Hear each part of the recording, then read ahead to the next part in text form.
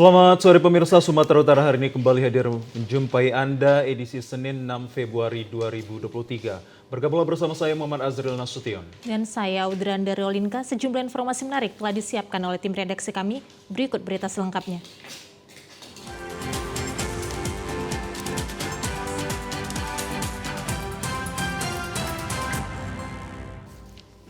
Ya, pemirsa, di informasi yang pertama jelang perayaan Hari Pers Nasional tahun 2023, Forkopimda Sumatera Utara gelar apel pasukan keamanan. Perayaan Hari Pers Nasional tahun 2023 jatuh pada tanggal 7 hingga 9 Februari 2023 mendatang, sehingga Forkopimda Sumatera Utara menggelar apel pasukan keamanan yang bertempat di halaman belakang Polda Sumatera Utara yang dihadiri oleh Gubernur Sumatera Utara Edi Rahmayadi, Pangdam 1 Bukit Barisan Maijen TNI Ahmad Daniel Chardin, dan Kapolda Sumut Irjen Pol Pancaputra Simajuntak. Gelar pasukan keamanan ini dilakukan mengingat acara Hari Pers Nasional tahun 2023 yang menjadi tuan rumahnya adalah Provinsi Sumatera Utara dan akan dihadiri langsung oleh Presiden Republik Indonesia Joko Widodo. Kapolda Sumatera Utara Irjen Pol Pancaputra Simajuntak mengatakan bahwa keamanan jelang perayaan Hari Pers Nasional tahun 2023 digelar untuk memberikan rasa aman kepada masyarakat yang akan mengikuti kegiatan tersebut. Panca juga menyebutkan nantinya pasukan pengamanan Hari Pers Nasional tahun 2023 akan disebar di beberapa titik wilayah Sumatera Utara. Namun untuk pengamanan diutamakan di pusat kota Medan karena pada saat perayaan tersebut Presiden Republik Indonesia Joko Widodo dijadwalkan akan hadir. Operasi Mandiri Kewilayahan ini kita laksanakan dengan sasaran bagaimana Polda Sumatera Utara dan seluruh stakeholder lainnya mengamankan seluruh rangkaian kegiatan Hari Pers Nasional 2023 di Sumatera Utara. Baik itu menyangkut orang yang akan datang. Pejabat tadi disampaikan Pak Ketua PWI, beberapa pejabat negara termasuk juga tamu-tamu dari luar negeri akan datang dalam rangka mengikuti peringatan Hari Pers Nasional 2023. Termasuk juga teman-teman media dari seluruh Indonesia. Ini yang menjadi salah satu sasaran operasi, yaitu orang. Yang kedua, kita melaksanakan operasi ini juga melaksanakan pengamanan untuk semua kegiatan yang tadi disampaikan oleh Bapak Ketua PWI dan dimanapun. Sementara itu dalam apel gelar pasukan yang diberi nama Barita Toba 2023, Gubernur Sumatera Utara menyematkan pita kepada perwakilan pasukan tanda operasi keamanan resmi dibuka. Semarak peringatan Hari Pers Nasional 2023 Sumatera Utara terus dilakukan persiapan dan pematangan. Di arena utama puncak perayaan HPL yakni Lapangan Astaka, Jalan William Iskandar tampak berbagai pemugaran stand dan pembersihan dilakukan. Sejumlah stand yang akan diisi oleh berbagai pemerintah kabupaten, dinas terkait hingga stasiun televisi tampak masih lengang. Namun di sejumlah stand tampak beberapa pekerja sedang melakukan pemugaran dan pembersihan. Arena Lapangan Astaka yang berdampingan dengan Gedung Serbaguna Provinsi Sumatera Utara ini nantinya akan menjadi pusat perayaan Hari Pers Nasional 2023. Berbagai kegiatan seperti bazar, pameran surat kabar tertua hingga hiburan rakyat akan dilakukan di arena ini.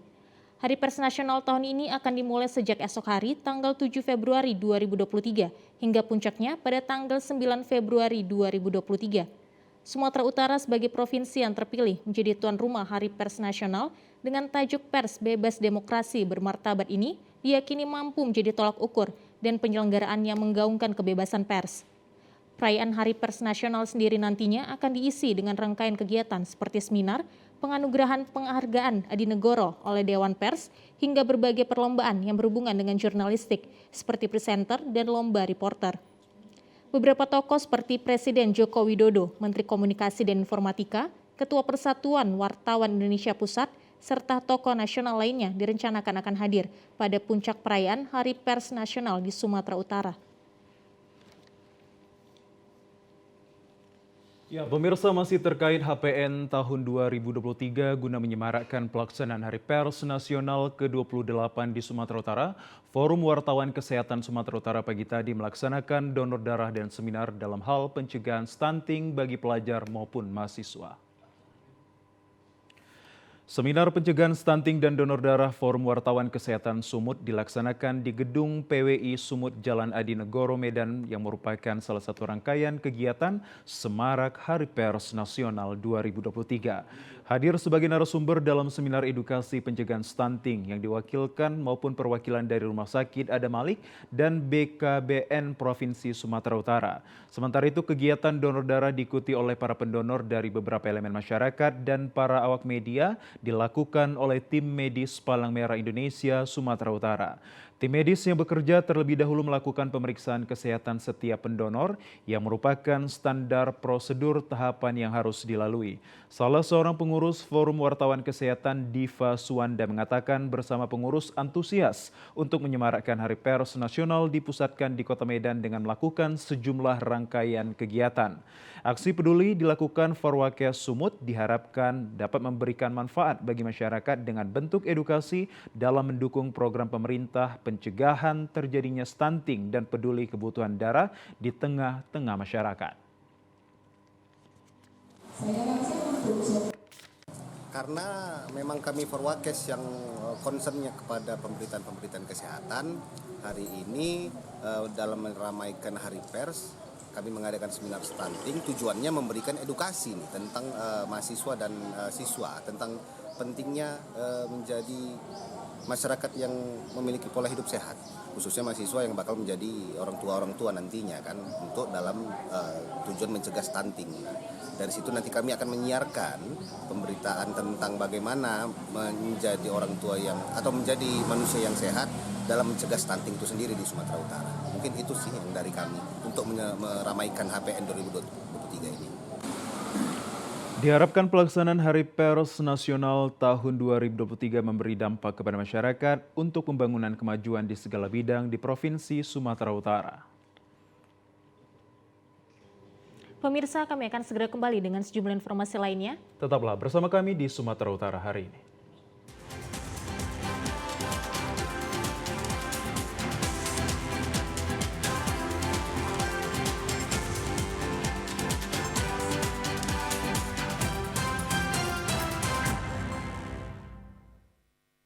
Klinik totok syaraf Sinseming adalah salah satu pengobatan totok syaraf yang memadukan penyembuhan dengan obat-obatan herbal yang terbukti mampu mengobati berbagai macam penyakit.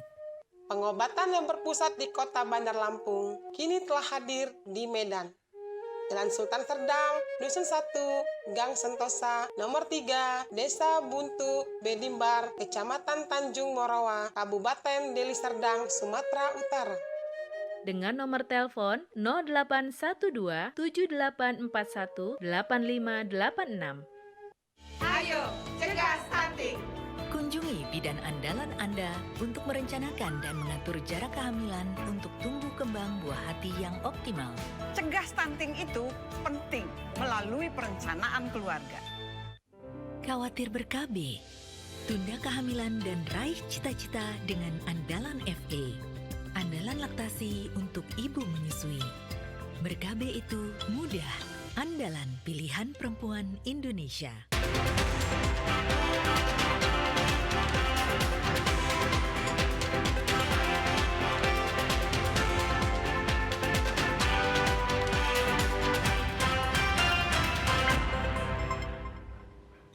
Pemirsa, Anda kembali bersama kami dalam program Sumatera Utara hari ini. Ketua TP PKK Sumut yang juga Ketua Yayasan Kanker Indonesia YKI Cabang Sumatera Utara Nyonya Nawal Lubis Edi Ramayadi menjadi salah satu narasumber pada peringatan World Cancer Day atau peringatan Hari Kanker Sedunia tahun 2023 yang digelar di Medan. Pada peringatan Hari Kanker Sedunia tahun 2023 yang dibuka oleh Gubernur Sumatera Utara diwakili Sekda Provinsi Sumut, Arief Sudarto Teninugroho ini diisi dengan seminar seputar kanker. Tampil sebagai narasumber adalah Ketua YKI Pusat Profesor Aru Wisaksono Sudoyo terkait update kanker Indonesia dan Nyonya Nawal Lubis Edi Ramayadi tentang update kanker di Sumatera Utara. Sementara narasumber lainnya adalah Kadis Kesehatan Propsu Dr. Alwi Mujahid Hasibuan dan staf P2P Kemenkes RI Dr. Silviana Andini Sari. Pada acara ini diserahkan cenderamata untuk para narasumber oleh Sekretaris YKI Sumut Dr. Siti Zahara Nasution yang dilanjutkan dengan pengumuman para pemenang sekaligus penyerahan hadiah video edukasi cegah kanker dengan cerdik dalam bahasa daerah dan bahasa Inggris serta penayangan video pemenang lomba. Sementara guna meningkatkan pemahaman terkait penyakit kanker dilakukan cerdas cermat antar pengurus YKI Kabupaten Kota Sumut sekaligus pengumuman dan penyerahan hadiah cerdas cermat oleh pengurus YKI Pusat dan Sumut. Pada peringatan Hari Kanker ini juga dipresentasikan produk minuman oleh salah satu produsen serta melaksanakan senam bersama yang diikuti para pengurus YKI Sumut dan Pusat termasuk Ketua DWP Sumut Nyonya Dian Arif Sudarto Trinugroho dan Ketua Bayangkari Sumut Nyonya Rita Pancaputra bersama anggota DWP Sumut maupun organisasi wanita yang tergabung dalam BKOW Sumatera Utara. Sebelum dilakukan senam bersama cara melepas balon ke udara yang dilakukan oleh Ketua YKI Sumut bersama YKI Pusat. Di akhir kegiatan digelar games dan bermain bersama seputar kanker dan pemberian bingkisan kepada anak-anak penderita kanker dengan menghadirkan pemain sulap. Memaknai hikmah peristiwa Isra dan Mikraj yang dilakukan Nabi Muhammad SAW, Perguruan Al-Azhar Medan menggelar tablik akbar dengan menampilkan Al-Ustadz Hanan At-Taki di Perguruan Al-Azhar Medan pagi tadi.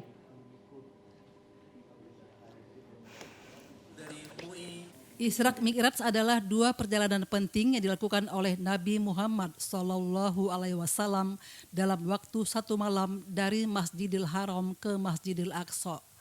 Al-Ustadz Hanan At-Taki di depan siswa-siswi perguruan Al-Azhar mengisahkan sebelum peristiwa Isra dan Mikraj, Nabi Muhammad dilanda kesedihan atas kepergian dua orang yang sangat istimewa dalam kehidupannya, yakni wafatnya Abu Thalib, paman yang sudah menemani dakwahnya selama 10 tahun, dan 3 hari kemudian istrinya Khadijah juga meninggalkan beliau untuk selama-lamanya. Sehingga para ulama menyebutkan tahun tersebut adalah tahun duka cita. Atas kesedihan tersebut, Allah Subhanahu wa Ta'ala memberikan hadiah berupa perjalanan spiritual yang dikenal dengan peristiwa Isra Mikraj. Dari perjalanan Nabi tersebut, Ustadz Hanan At-Taki menyebutkan jika umat Islam dalam keadaan bersedih hendaknya belajar dari peristiwa Isra dan Mikraj, yakni melakukan perjalanan ibadah di bumi dan perjalanan ke langit. Jika tidak mampu melakukan perjalanan jauh di bumi, maka umat Islam diwajibkan melakukan perjalanan ke langit, yakni dengan cara melaksanakan ibadah sholat.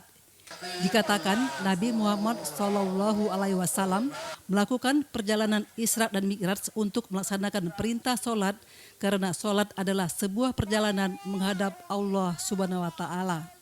Salah satu pesan dari Isra Mi'raj itu adalah tentang pentingnya menjaga sholat. Jadi Nabi mendapatkan wahyu dan perintah untuk melakukan ibadah dengan cara Jibril datang kepada Nabi SAW, kemudian ayat diturunkan. Tetapi khusus Isra Mi'raj, khusus ibadah sholat, Nabi sendiri yang datang menghadap Allah untuk mengambil ibadah ataupun perintah melakukan sholat 5 waktu. Ini yang membedakan sholat dibandingkan dengan ibadah-ibadah yang lain. Sehingga pesan yang paling utama dari perjalanan Isra Mi'raj itu adalah jaga sholat, khususnya buat anak-anak muda.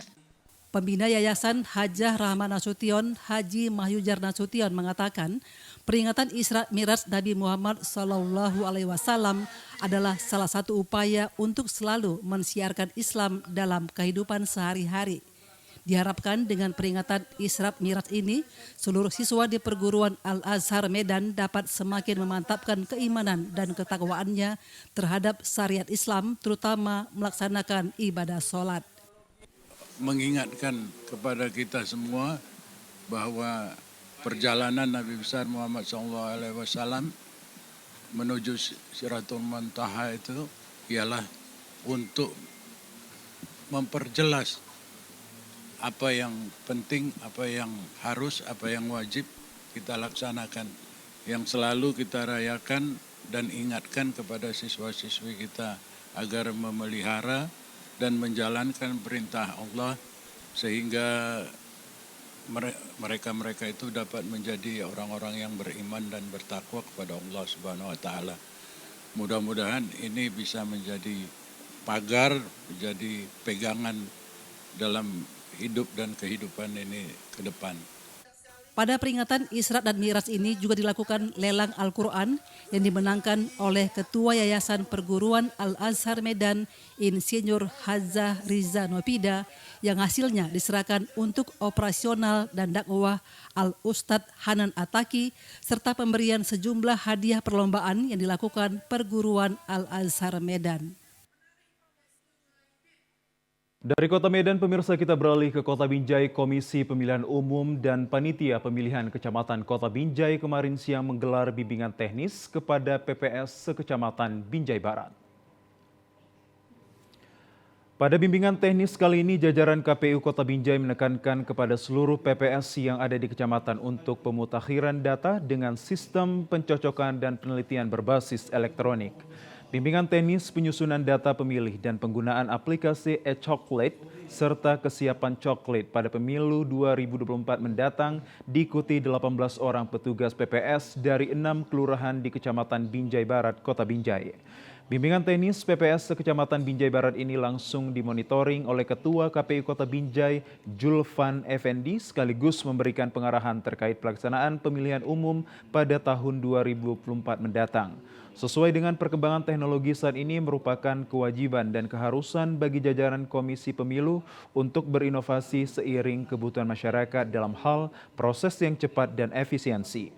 Salah satu yang telah dikembangkan KPU saat ini adalah pencocokan dan penelitian data pemilih dengan berbasis elektronik atau e-Coklat. Melalui aplikasi e-Coklat ini, pemutakhiran data pemilih berkelanjutan dan dapat dilakukan dengan lebih mudah dan efisien. Best practice yang dilakukan sejumlah KPU kabupaten kota pada pemilihan 2022 yang lalu ternyata telah memberikan berbagai manfaat yang dirasakan petugas di lapangan. Guna menunjang keberhasilan e-Coklat ini, tentunya kesiapan dan keseriusan jajaran KPU sangatlah dibutuhkan, terutama petugas Pusdatin agar mampu mengaplikasikan mobile sehingga pergerakan pemilih direspon dalam aplikasi serta kerja pemutakhiran berkelanjutan efektif pula. Pemirsa, kami akan segera kembali dengan sejumlah informasi lainnya. Kami akan segera kembali untuk Anda dalam Sumatera Utara hari ini.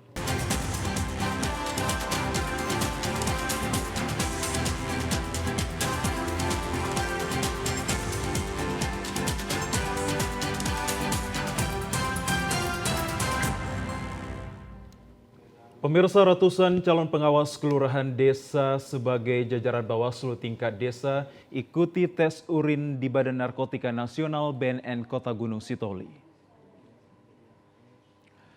Sama seperti proses penerimaan badan ad hoc di Komisi Pemilu, yakni Panitia Pemilihan Kecamatan dan Panitia Pemungutan Suara diwajibkan memiliki surat keterangan bebas dari narkoba. Demikian juga saat ini untuk menjadi pengawas kelurahan desa atau PKD sebagai jajaran Bawaslu telah dipersyaratkan harus terbebas dari narkoba. Selama 5 hari berturut, para calon PKD dari 5 kabupaten kota terdiri atas Kabupaten Nias, Kabupaten Nias Selatan, Kabupaten Nias Utara, dan Kabupaten Nias Barat berhubungan dengan pihak Badan Narkotika Nasional BNNK Gunung Sitoli untuk melakukan tes urin. Pihak BNNK mengatakan hingga saat ini 300 orang telah dites urin dengan hasilnya negatif. Selanjutnya diterbitkan surat keterangan sebagai kelengkapan persyaratan menjadi calon PKD yang sudah dinyatakan lulus seleksi.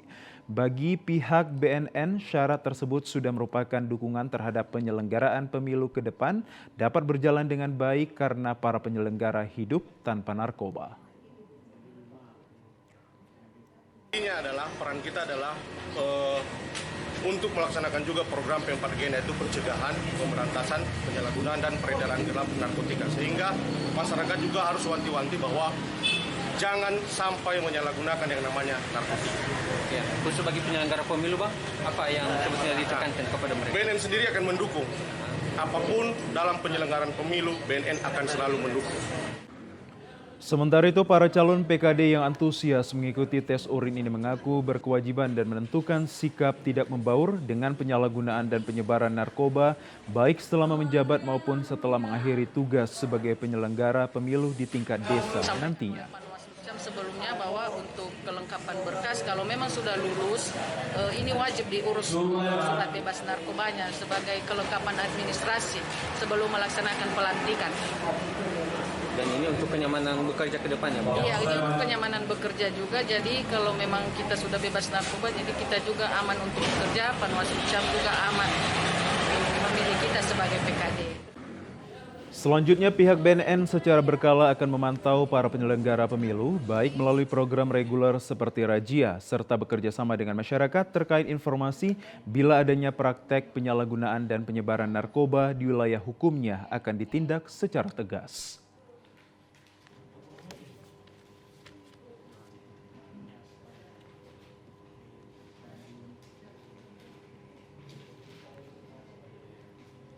Program subsidi tepat belum maksimal diterapkan pada sejumlah stasiun pengisian bahan bakar minyak umum (SPBU) di wilayah kota Gunung Sitoli. Sejak Februari 2023, pemerintah memaksimalkan pengawasan terhadap penyaluran jenis BBM bersubsidi, terutama Pertalite dan Biosolar, agar selalu tepat sasaran. Penerapan aplikasi My Pertamina guna mendapatkan QR Code yang merupakan bentuk pengetatan penyaluran BBM subsidi yang dimaksud. Namun di wilayah kota Gunung Sitoli, sejumlah pengelola SPBU masih kesulitan dalam menerapkan QR Code My Pertamina atau menunjukkan kartu tanda penduduk sebagai syarat penyaluran dan pendistribusian BBM jenis subsidi. Pihak pengelola SPBU menyebutkan kurangnya pemahaman konsumen serta ketiadaan alat handphone Android masih tidak dimiliki secara merata oleh para konsumen. Maka dari itu mengalami kesulitan terhadap mendukung program tepat subsidi tersebut. Termasuk ketidakstabilan jaringan internet milik Pertamina dan Telkom membuat pendaftaran ke aplikasi My Pertamina konsumen tidak berhasil mendapatkan QR Code-nya. Diketahui hari ini di salah satu SPBU di Gunung Sitoli tidak menerapkan aplikasi My Pertamina dan meminta KTP konsumen yang diduga tidak berhak mendapatkan BBM bersubsidi, meskipun hal itu telah menjadi syarat utama dalam pendistribusian bahan bakar minyak jenis subsidi saat ini. Juga banyak yang terkendala hal tersebut sehingga mereka terkadang malas untuk mendaftar dikarenakan ada juga yang tidak punya HP Android. Karena untuk pendaftaran tersebut menggunakan email dan harus ada HP Android. Setiap satu email itu satu barcode untuk menggunakan di kendaraan roda 4. Alasannya kadang ada juga mereka udah mendaftar tetapi barcode mereka tidak ada keluar. Sebagai pengendara, apalagi kami sebagai travel ini sangat merasa kesulitan. Terus apalagi kalau untuk pengisian kayak gini kan sangat antri. Terus kami juga kan ya ditiadakan lah mengenai penggunaan aplikasi ini seperti yang biasanya pengisian dulu. Ironisnya, konsumen yang memesan BBM dengan menggunakan jerigen ini tanpa menunjukkan QR Code My Pertamina masih bisa mendapatkan BBM tanpa dipermasalahkan oleh pihak SPBU setempat. Hingga beberapa konsumen termasuk para supir travel yang tidak memiliki surat tanda nomor kendaraan mengeluh dan meminta agar penyaluran BBM bersubsidi masih diterapkan secara manual. Ya, pemirsa, kami ajak Anda ke informasi lainnya. Harga beras lokal mengalami kenaikan yang sangat signifikan dan tidak stabil sehingga membuat pedagang di sejumlah pasar tradisional di Mandailing Natal tidak berani memasok barang tersebut. Di sejumlah pasar tradisional Kabupaten Mandailing Natal, Madinah, saat ini harga beras lokal sudah mencapai Rp120 hingga Rp125.000 per 10 kg. Yang sebelumnya harga beras lokal ini masih di kisaran Rp100.000 per 10 kg-nya. Dan kenaikan harga beras ini sudah terjadi sejak awal tahun 2023. Harga beras lokal yang tidak stabil ini membuat pedagang bingung menentukan harga kepada konsumen. Pedagang juga tidak berani stok barang banyak-banyak akibat harga yang tidak stabil. Kenaikan harga beras ini diperkirakan akibat berkurangnya hasil panen para petani dan sulitnya mendapatkan gabah padi serta adanya kenaikan harga bahan bakar minyak. Sekarang ini yang 64 ini 125. Ya, ada ini macamnya yang 4 kilo 130. Dalam 1 bulan terakhir ini 20.000 per 10 kilonya. Sementara itu, seorang konsumen Henny Harahap berharap kenaikan harga beras ini hendaknya menjadi perhatian pemerintah agar masyarakat tidak semakin terpuruk dalam hal memenuhi kebutuhan hidup mereka. Sekarang udah 120.000. Harapan kepada pemerintah, ya harga berasnya mohon diturunkan. Kan orang ini orang rendah, payah untuk membelinya. Sejumlah bahan kebutuhan pokok di pasar tradisional ADS Jalan Pancing 1, Martubung, Kecamatan Medan Labuhan, mengalami kenaikan yang diperkirakan karena berkurangnya pasokan. Adapun komoditas kebutuhan bahan pokok yang mengalami kenaikan harga di pasar tradisional ADS tersebut yaitu cabai merah Rp25.000 hingga Rp40.000 per kilogramnya. Cabai rawit berkisar Rp35.000 hingga Rp40.000 per kilogram, bawang merah Rp35.000 hingga Rp40.000 per kilogram, bawang putih Rp25.000 hingga Rp30.000 dan telur ayam ras berkisar Rp30.000 hingga Rp34.000 per kilogram. Sekalipun ada komoditas kebutuhan pokok yang mengalami kenaikan, namun masih ada komoditas yang mengalami penurunan harga, yakni tomat berkisar Rp14.000 hingga Rp15.000 per kilogram. Seorang pedagang di pasar tradisional ADS, Risna, mengakui bahwa kenaikan harga sejumlah kebutuhan bahan pokok di pasar tradisional ini sangat tinggi hingga mencapai sekitar 15%. Kemungkinan penyebab kenaikan harga kebutuhan pokok ini disebabkan oleh banyak petani yang mengalami gagal panen akibat kenaikan harga pupuk maupun obat-obatan, sehingga pasokan menjadi berkurang. Untuk malam ini harga cabai merah Rp40.000. Harga cabai rawit 40, tomat 15, bawang merah 36, bawang putih 25. 15% ada Bang. Lagi melonjak ini saat ini. Harapan harga bisa turun. Cuma sepertinya enggak ini kayaknya. Menyambut bulan Ramadan ini lagi. Dalam hal kenaikan harga kebutuhan bahan pokok ini, petugas terus dan berupaya melakukan pemantauan di pasar tradisional ADS yang ada di Martubung terkait dengan ketersediaan dan harga bahan pokok setiap harinya, terutama saat menjelang bulan puasa Ramadan. Ya, pemirsa, informasi terkait tawuran pelajar di Jalan Ngumban Surbakti akan kami hadirkan usai jeda pariwara berikut ini. Tetaplah bersama kami di Sumatera Utara hari ini sore.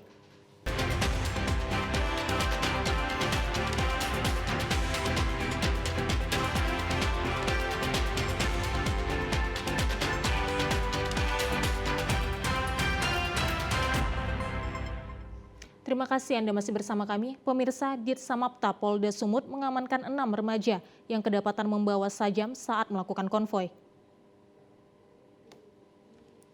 Inilah rekaman video detik-detik personil tim patroli reaksi cepat Ditsamapta Polda Sumut meringkus 6 remaja yang akan melakukan tawuran di Jalan Ngumban Surbakti kemarin sore. Penangkapan para pelajar berjalan dramatis lantaran saat diamankan pelajar tersebut mencoba melawan. Bahkan kendaraan milik personil harus jatuh akibat mengejar para pelajar dari beberapa sekolah tersebut. Aksi petugas mengamankan para pelajar ini sempat menjadi tontonan para warga sekitar dan viral di media sosial. Kepala Bidang Humas Polda Sumatera Utara, Kombes Pol Hadi Wahyudi mengatakan peristiwa tersebut bermula saat adanya laporan warga yang melihat iring-iringan kelompok remaja sambil membawa senjata tajam. Hadi menyebut saat tim bergerak ke lokasi, para remaja yang didominasi pelajar SMA ini kocar-kacir melarikan diri dan dari lokasi turut diamankan barang bukti berupa senjata tajam dan stik baseball. Keenam pelajar ini langsung dibawa ke Polda Sumatera Utara untuk pemeriksaan lebih lanjut. 6 pelajar yang kita amankan, kemudian beberapa barang bukti yang sudah kita amankan juga sudah ada di Direktorat Kriminal Umum. Saat ini prosesnya sedang berjalan. Betul mereka pelajar, tetapi tetap kita ingin memberikan efek jera, ya. Kita ingin memberikan efek jera agar tidak terus terulang. Jadi mereka memancing, ya. Mereka itu bukan mau menyerang siapa. Jadi mereka memancing supaya ada memancing keributan. Artinya apa? Mereka lewat jalan atau gang tertentu, ada kelompok atau segerombolan misalkan orang yang ada di situ, kemudian mereka mancing dengan petasan. Itu yang tadi disita oleh adik-adik ini ada petasan, itu dipancing supaya membalas. Dan pada akhirnya mereka melakukan tawuran. Sementara itu pemirsa, pada waktu yang sama petugas unit Reskrim Polsek Medan Kota mengamankan 5 orang remaja yang masih berstatus pelajar yang terlibat dalam keributan di kawasan Jalan Multatuli dan meresahkan warga sekitar. Sekelompok remaja membuat keributan dengan melempar botol hingga terlibat perkelahian di kawasan warung kopi Jalan Multatuli, Kota Medan, Sumut. Terekam video amatir warga hingga membuat para pengunjung warung kopi kaget dengan situasi tersebut dan langsung berupaya melerai 2 kelompok remaja yang bertikai pada saat tersebut. Karena keributan tidak kunjung meredah, akhirnya warga melaporkan kejadian tersebut ke polisi dan petugas unit Reskrim Polsek Medan Kota yang tiba di lokasi langsung mengamankan 5 orang remaja yang diduga terlibat dalam keributan tersebut untuk dibawa ke Mapolsek Medan Kota guna diperiksa lebih lanjut. Wakapolsek Medan Kota AKP Awe Nasution mengatakan dari hasil pemeriksaan penyidik kelima remaja ini masih berstatus sebagai pelajar. Namun setelah diinterogasi lebih lanjut, 1 orang diketahui terafiliasi dengan salah satu kelompok geng motor di Kota Medan. Karena masih berstatus sebagai pelajar, kelima remaja ini pun akhirnya hanya dilakukan pembinaan dan dikembalikan ke orang tuanya dengan terlebih dahulu menandatangani perjanjian tidak mengulangi perbuatan yang serupa. Sepasang kekasih disorak-sorai, jadi pengunjung lain nggak terima, lanjut terjadilah lempar-lemparan. Jadi udah kita amankan 5 orang, termasuk 3 pelajar. Kita lakukan pembinaan, dipanggil orang tua agar tidak mengulangi perbuatannya kembali.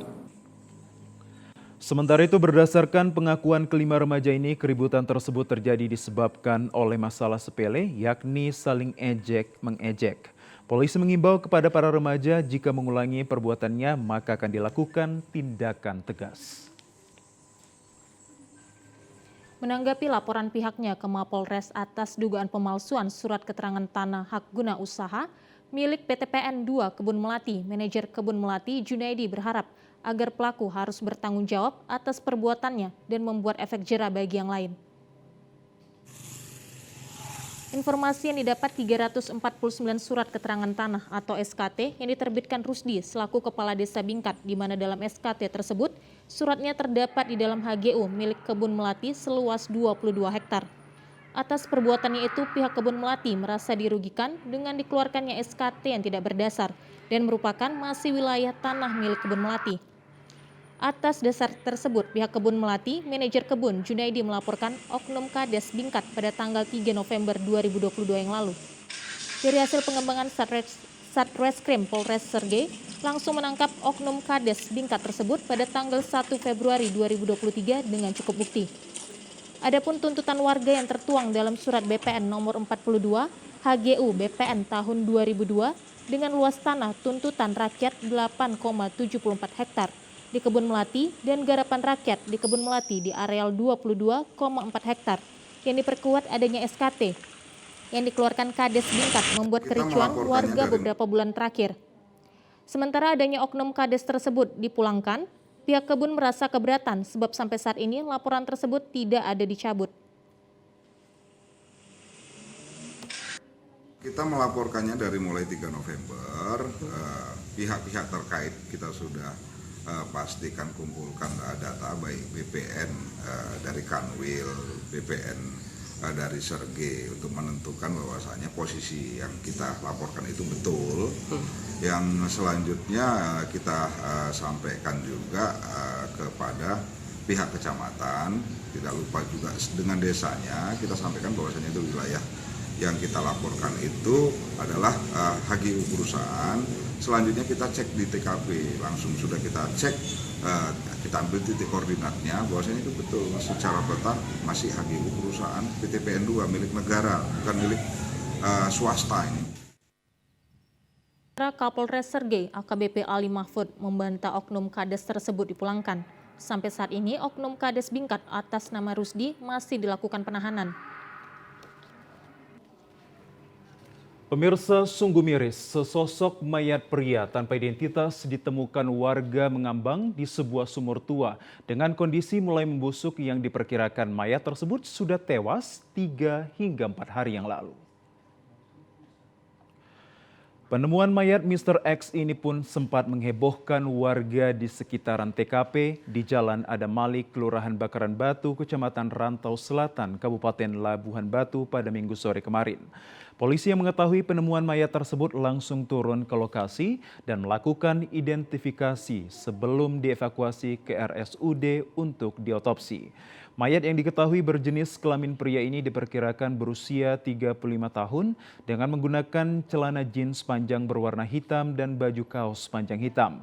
Kepling Adam Malik Rudi Adian Samosir menyampaikan bahwa adanya penemuan mayat di dalam sumur ini diinformasikan warganya pada pukul 3:40 sore hari dan terlihat warga heboh untuk melihat penemuan mayat tersebut. Peristiwa ini baru pertama terjadi di lingkungan Adam Malik dan korban diperkirakan bukanlah warga sekitar. Kejadiannya tadi kita dapat informasi dari warga sekitar jam 3.40, kurang lebih jam 4 kurang. Nah, ini polisi sudah datang ke lokasi, sudah meninjau mayat, dan ini banyak masyarakat yang sudah melihat kejadian ini. Ini kayaknya kita belum kenal orangnya, Pak. Iya, karena memang dari laporan tadi yang pemilik rumah dia tidak pernah di sini, dan dia pun tahunya dari bau yang nggak sedap dari sumur tetangganya yang punya menempati rumah sewa ini.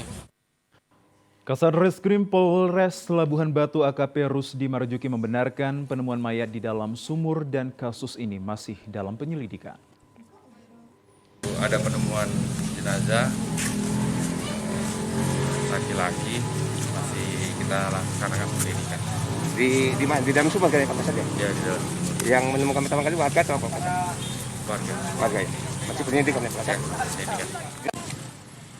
Kasus ini masih dalam proses penyidikan pihak kepolisian Polres Labuhan Batu untuk mengetahui pasti penyebab dari kematian Mr. X tersebut. Pemirsa, kini saatnya kita ikuti berita lintas Andalas.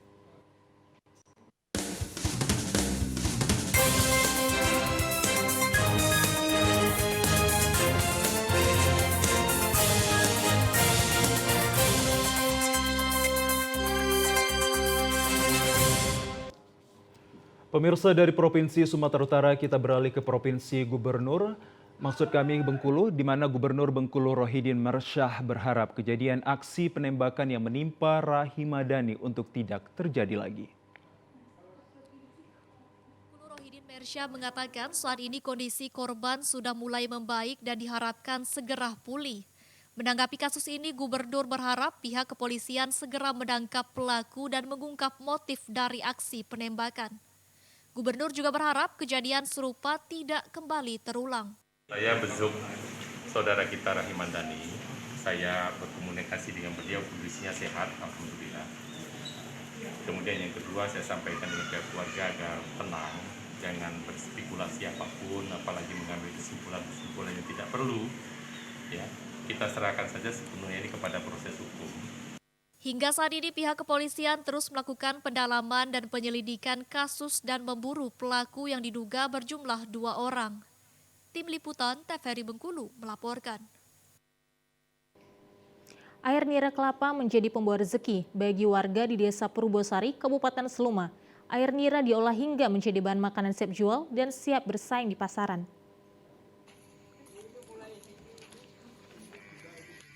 Kelapa dijuluki sebagai pohon kehidupan karena banyaknya manfaat yang bisa digunakan oleh manusia. Salah satunya adalah air nira yang dapat disadap dan dapat diolah menjadi bahan makanan.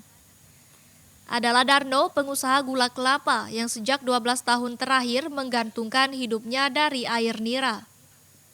Setiap hari Darno menyadap air nira dan ditampungnya menggunakan jerigen. Air nira yang terkumpul kemudian dimasak dengan cara direbus selama kurang lebih 8 jam.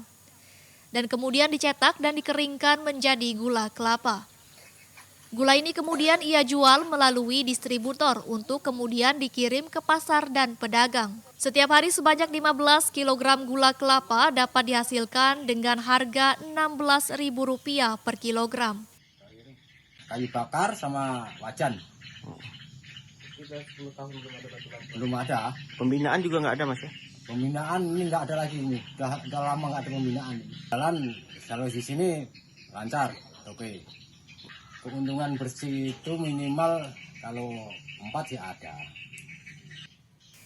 Pemanfaatan kelapa sebagai gula ini menjadi potensi pengembangan usaha di Kabupaten Seluma dan alternatif perkebunan selain kelapa sawit dan karet yang hampir mendominasi sejak puluhan tahun terakhir. Tim Liputan TVRI Bengkulu melaporkan. Nah, pemirsa, tahukah Anda bahwa kanker merupakan salah satu penyakit mematikan yang kasusnya cukup banyak? Sampai saat ini kanker menempati urutan kedua tertinggi penyebab kematian di dunia. Di Bengkulu, capaian deteksi dini kanker masihlah sangat rendah. Capaian deteksi dini kanker di Provinsi Bengkulu masih sangat rendah. Per Desember 2022 lalu, baru sekitar 7% dari 25% yang ditargetkan Kementerian Kesehatan. Rendahnya capaian ini akibat kurangnya kesadaran masyarakat untuk melakukan deteksi dini penyakit kanker. Padahal kanker menjadi salah satu penyakit mematikan dengan kasus cukup banyak. Pemerintah Provinsi Bengkulu memastikan seluruh pelayanan kesehatan tingkat puskesmas di Provinsi Bengkulu sudah 100% dapat melakukan deteksi dini kanker, terutama pada kanker rahim dan payudara. Memperingati Hari Kanker Sedunia, pemerintah desa hingga lembaga khusus diminta gencar mensosialisasikan pentingnya deteksi dini penyakit kanker pada masyarakat. Untuk deteksi dini, makanya seluruh puskesmas 100% ya, jadi 100% puskesmas di Indonesia di Bengkulu ini bisa melakukan pelayanan deteksi dini untuk kanker, terutama kanker rahim dan kanker payudara. Nah, tinggal lagi bagaimana kita mendorong ya seluruh elemen masyarakat, bukan hanya pemerintah, ya, termasuk lembaga JSC misalnya, kemudian juga aparat pemerintah setempat juga, kepala desa, perangkat desa. Makanya sekali lagi melalui momentum peringatan Hari Kanker Sedunia ini kita dorong mari sama-sama karena tingkat kematian akibat ini juga cukup tinggi ya. Sementara Ketua Cancer Information and Support Center Provinsi Bengkulu menargetkan target deteksi dini kanker di Provinsi Bengkulu dapat tercapai di tahun ini. Ini selalu memberi informasi dan mengedukasi dengan hidup bersih dan sehat dengan cerdik dan waspada. Cek kesehatan, nyakan asap rokok, istirahat teratur, diet seimbang, rajin berolahraga atau bergerak, serta kelola stres. Gitu. Ada target nggak sih Bunda untuk deteksi dini sendiri dari CISC? Insya Allah nanti kita ada deteksi dini ya di tanggal 7 itu di Dinas Kesehatan Provinsi ya. Di situ ada mamografi dan tes untuk dua-duanya, kanker cervix sama kanker payudara. Masyarakat diminta tidak ragu melakukan deteksi dini kanker. Pemerintah menjamin penderita akan mendapatkan pelayanan kesehatan yang dibutuhkan. Selain itu, bagi pasien yang dirujuk, pemerintah menyediakan mes atau rumah singgah untuk membantu pasien kanker yang menjalani pengobatan. Lucia Mayangsari, TVRI Bengkulu melaporkan. Pemirsa, ibu-ibu di kawasan Sawah Lebar, Kota Bengkulu memanfaatkan sampah dan juga limbah untuk dijadikan barang-barang yang bermanfaat dan juga bernilai ekonomis. Sekumpulan para ibu-ibu di RT 14 RW 7 Kelurahan Sawah Lebar, Kota Bengkulu yang tergabung dalam kelompok Kader Lingkungan Hidup memanfaatkan sampah dan limbah menjadi barang yang bermanfaat dan bernilai ekonomis. Para ibu-ibu yang dinaungi Dinas Lingkungan Hidup dan Kehutanan Provinsi ini memanfaatkan sampah dan limbah menjadi kerajinan seperti topi, tas, tikar, dan kerajinan lainnya. Dan juga kerajinan limbah ini juga dimanfaatkan untuk menjadi pupuk organik dan ekoenzim sehingga tidak ada sampah yang terbuang. Ketua Kadar Lingkungan Hidup Kelurahan Sawalebar, Kota Bengkulu, Liska Andesta mengatakan ada 25 anggota yang tergabung dalam kelompok ini. Untuk masyarakat yang ingin belajar dapat datang langsung ke sekretariat. Sekarang ini kegiatan mengolah limbah dari leher cup minuman, bungkus-bungkus minuman seperti kopi, bungkus kopi. Alhamdulillah kami sudah mendapat orderan.